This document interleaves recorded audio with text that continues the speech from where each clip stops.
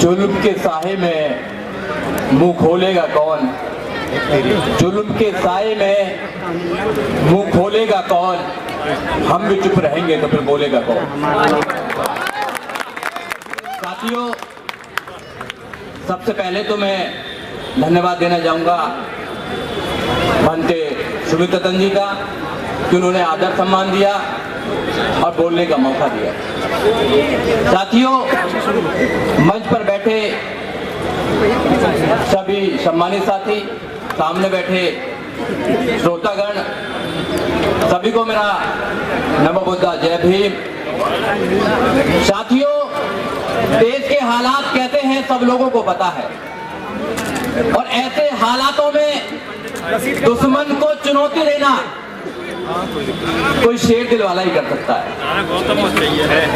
क्योंकि आज जो माहौल है पूरे देश के अंदर, संविधान को खत्म करने की पूरी प्लानिंग चली हुई है। कोई भी व्यक्ति अपनी आवाज निकालता है तो झूठे मुकदमे डालकर जेल में डाला जाता है, मगर ये जानते नहीं है कि हम बाबा साहब डॉक्टर अम्बेडकर और बुद्ध के मानने वाले हैं, तुम्हारे झूठे मुकदमों से डरने वाले नहीं हैं।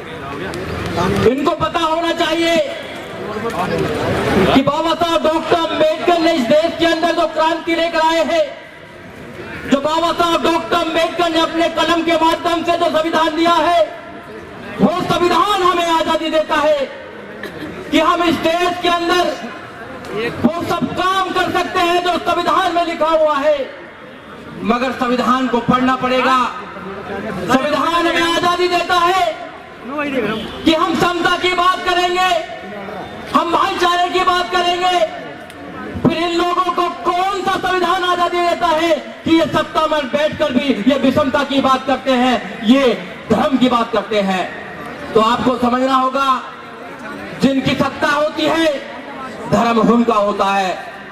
आप सत्ता के लिए क्या कर रहे हैं?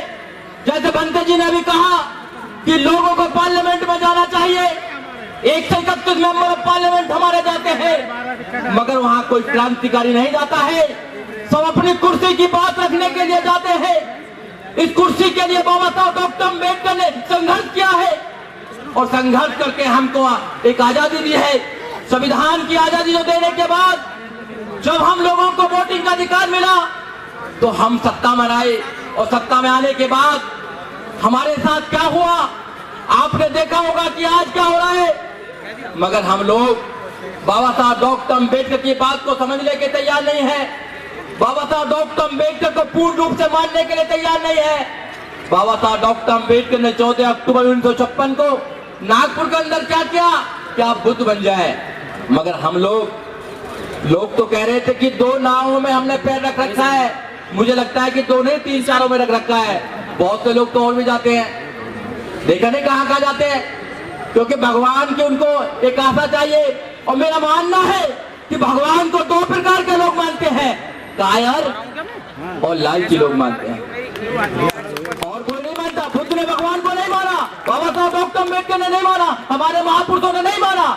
हमारे महापुरुषों ने कहा कि मानव मानव एक समान की बात होनी चाहिए, भगवान की बात नहीं होनी चाहिए। हम भगवान और भाग्य पर विश्वास नहीं करते हैं, हम विश्वास करते हैं इंसानियत पर, हम विश्वास करते हैं संविधान पर, हम विश्वास करते हैं मानवता के अंदर।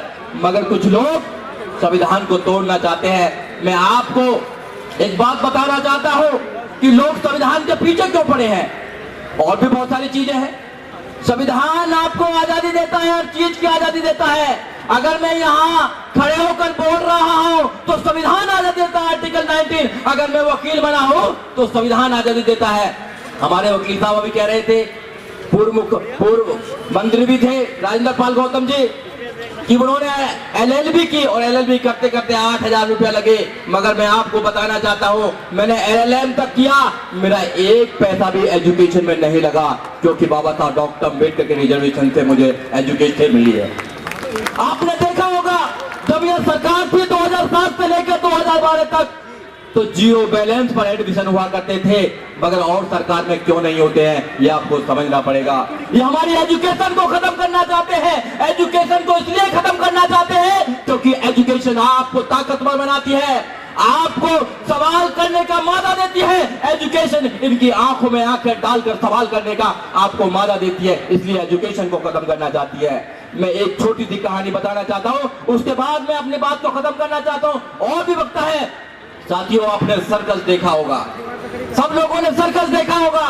सर्कस में शेर हुआ करते थे, पहले शेर और बहुत सारे जानवर हुआ करते थे, मगर सुप्रीम कोर्ट ने आदेश दिया, एनिमल प्रोटेक्शन एक्ट आया, तो उसमें उनको आदेश देना पड़ा कि किसी भी जानवर को आप सर्कस में नहीं रख सकते हैं, तो सारे जानवरों को छोड़ना पड़ा, शेरों को भी छोड़ना पड़ा। अब शेरों को जंगल में छोड़ दिया। 10 दिन के बाद अखबार में लिखकर आया कि शेरों का जंगली कुत्तों ने शिकार कर लिया है। शेरों का जंगली कुत्तों ने शिकार कर लिया है। शेरों का जंगली कुत्तों ने शिकार क्यों किया? क्योंकि शेर पिंजरे में था, वो अपना स्वभाव भूल गया था, वो आक्रमण करना भूल गया था, और जो कुत्ते थे वो अपना एक जोश आ गया उनके अंदर और वो निपुण हो गए थे शिकार करने में। अपने बच्चों को घरों में रखेंगे तो पिंजरे के शेर बनाएंगे, उनका कोई भी शोषण करेगा, उनका कोई भी शिकार कर लेगा। इसलिए आप लोगों को पिंजरे का शेर नहीं बनाना है, आपको बाबा साहब डॉक्टर अम्बेडकर का उनको भीम सैनिक बनाना है। और एक बात और, IAS, PCS, doctor, engineer, professor, जज, वकील बनना आसान है, अम्बेडकरवादी बनाना उससे भी 100 गुना ज्यादा कहीं टफ है। अम्बेडकरवादी बनना, बुद्धवादी बनना इतना आसान नहीं है। तभी तो लोग कहते हैं कि जो गलत होता है उसको कौन आवाज लगाता है? अम्बेडकरवादी आवाज लगाता है। गलत का हमेशा आपको विरोध करना है, क्योंकि अगर आप विरोध नहीं करेंगे तो आपकी आने वाली संतानें गूंगी पैदा होंगी। अगर आप विरोध करेंगे तो इतिहास में आप बागी कहलाएंगे, मगर आप गुलाम नहीं कहलाएंगे। जय भीम, जय भारत, नमो बुद्धाय।